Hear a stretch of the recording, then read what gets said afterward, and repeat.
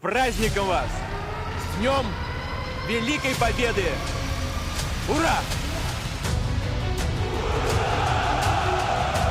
Kalau dunia ini adalah papan catur raksasa, maka hanya ada 3 bidak yang selalu jadi penentu permainan.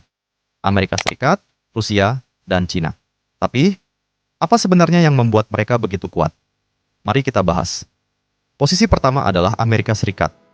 Negara ini bisa berperang ribuan kilometer dari rumahnya dan akan tetap menang. Inilah Amerika Serikat. Amerika Serikat dikenal sebagai negara dengan kekuatan militer paling modern di dunia. Mereka memiliki angkatan darat, laut, dan udara yang bisa bergerak cepat ke hampir seluruh penjuru bumi. Bukan hanya soal senjata, Amerika juga kuat karena ekonominya sangat besar.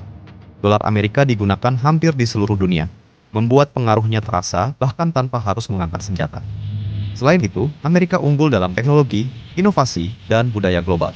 Film, musik, media, hingga perusahaan teknologi raksasa berasal dari sini. Artinya, Amerika tidak hanya kuat secara fisik, tapi juga menguasai pikiran dan perhatian dunia. Jadi, Amerika menang bukan hanya karena peluru, tapi karena pengaruh. Di posisi kedua, ada Rusia. Negara ini tidak selalu kaya, tapi ditakuti. Dingin, keras, dan berbahaya. Inilah Rusia. Rusia adalah negara dengan wilayah terluas di dunia, membuatnya sangat sulit ditaklukkan.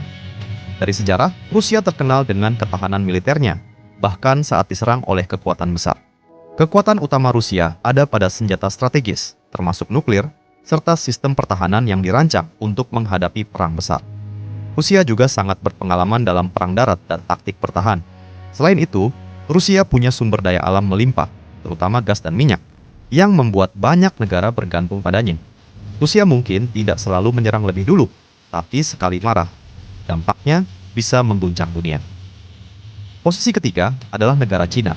Negara ini tidak banyak bicara, tapi diam-diam membangun kekuatan terbesar abad ini. Inilah Cina. Cina adalah negara dengan jumlah penduduk terbanyak di dunia. Jumlahnya sekitar 1.402 miliar jiwa, yang berarti tenaga kerja dan pasar yang sangat besar. Inilah fondasi utama kekuatan ekonominya. Cina juga dikenal sebagai pabrik dunia. Hampir semua barang yang kita pakai ada sentuhan Cina di dalamnya. Dari sini, kekuatan ekonomi berubah menjadi pengaruh global. Dalam beberapa dekade terakhir, Cina berkembang pesat dalam militer, teknologi, dan infrastruktur. Mereka membangun pelabuhan, jalan, dan kerjasama di banyak negara. Cina tidak menaklukkan dengan perang, tapi dengan kesabaran dan strategi jangka panjang.